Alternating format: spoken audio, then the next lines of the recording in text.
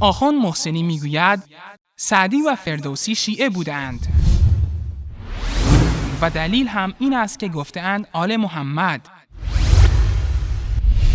البته اون قسمت اولش هم که سوال کردن برای شاعرها که فردوسی و نمیدونم سعدی و اینا هم اهل سنت بودن، اینا آقایان کارشناسا اینجور نمیگن. اصلا یکی از دلایلی که فردوسی رو تبعید کردن و اون رو به قول معروف تبعیدش کردن و حتی بعضیا میگن که خیلی محدودش کردن و از دنیا هم رفت، بخاطر همین قضیه تشیع و اینها. و در کتاباشون عشق محمد بس است و آل محمد که اینها دیگه زمان زده این اشعار سعدی هست و اینها شاید در یک زمانی بودن که تقیه میکردن به خاطر اینکه حفظ جان بکنن، ولی این کاملا غلط است و اینها نمیتونن دفاع کنن از این قضیه. خب این آخوند نمیداند که همه اهل سنت آل رسول الله صلی الله علیه و آله و سلم را دوست دارند و بر آنان درود میفرستند.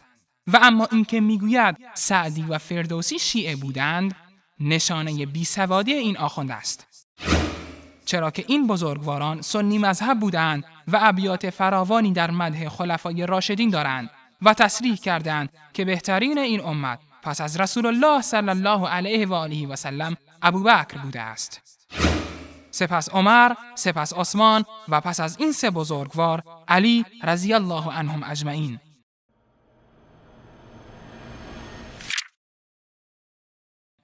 به عنوان نمونه فردوسی اینگونه می‌سراید: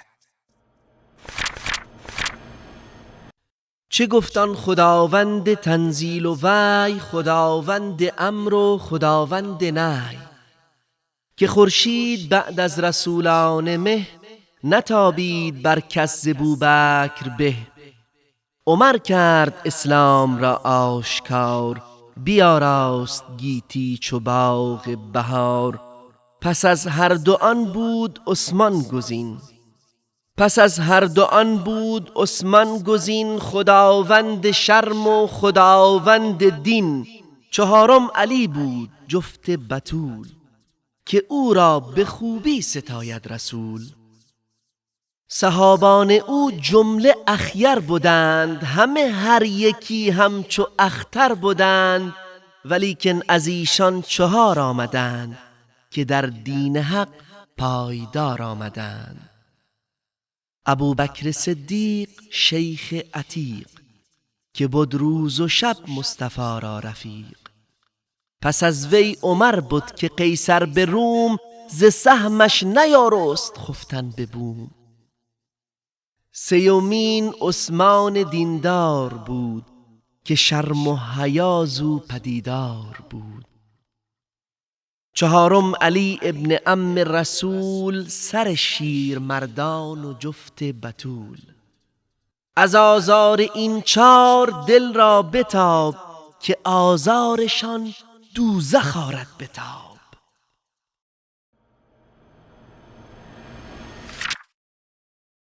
علاوه بر سراینده شاهنامه شیرین سخن شیراز، سعدی رحمه الله از بزرگان مذهب شافعی بوده است که در دانشگاه نظامیه بغداد به تدریس فقه شافعی مشغول بوده و در وصف خلفای راشدین چنین می‌فرماید: درود ملک بر روان تو باد، بر اصحاب و بر پیروان تو باد. نخستین ابوبکر پیر مرید، عمر پنجه بر پیچ دیو مرید. خردمند عثمان شب زنده دار، چهارم علی شاه دلدل سوار.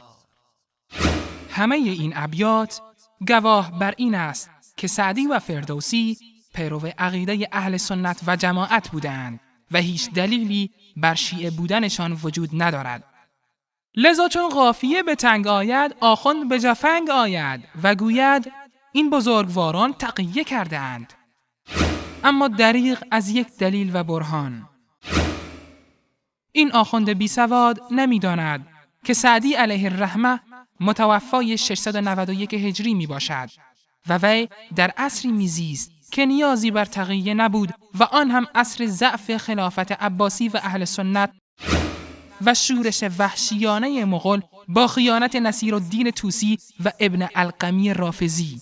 و پس از سقوط خلافت عباسی، مرثیه‌ای بسیار حزین در رسای خلافت عباسی و مستعصم بالله دارد که خود بیانگر اوج اعتزاز وی به مذهب اهل سنت و ولای ایشان به خلافت عباسی دارد.